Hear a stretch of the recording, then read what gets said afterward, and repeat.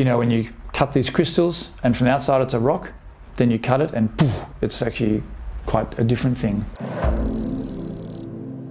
We're here to talk about Puffing Billy, a new visitor centre on a very famous railway line in Victoria in Australia.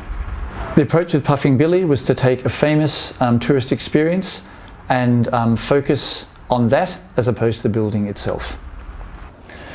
So the strategy basically was to make a zigzag. So it starts on the train line next to the old buildings, very small. Then each time it does a zigzag, zigzag, it gets bigger and bigger and bigger. So the functions are arranged, so the further you get away from the original area, the bigger they are. What it means is when you're standing at the old train station with the small little wooden buildings, there's a very little black walkway.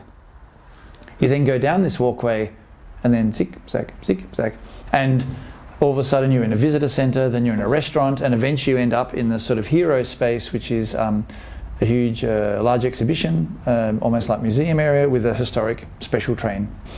And that is now by then very far down from the start. And from there you loop back around to the start and also to a lake. The design of the building then was from the outside to make it very dark grey, like black, almost black, sitting in this eucalyptus landscape, which has a grey. Australian trees are sort of grey if you think about it. And so it sits very quietly behind them. And then when you're in the interior, it's all wooden, like in a way, the room we are here, because these wooden bridges have this crisscross pattern. So the inside is like being inside one of these trestle bridges. So you could say from outside it's almost invisible, then you get inside and it's like this, you know, when you cut these crystals and from the outside it's a rock, then you cut it and poof, it's actually quite a different thing.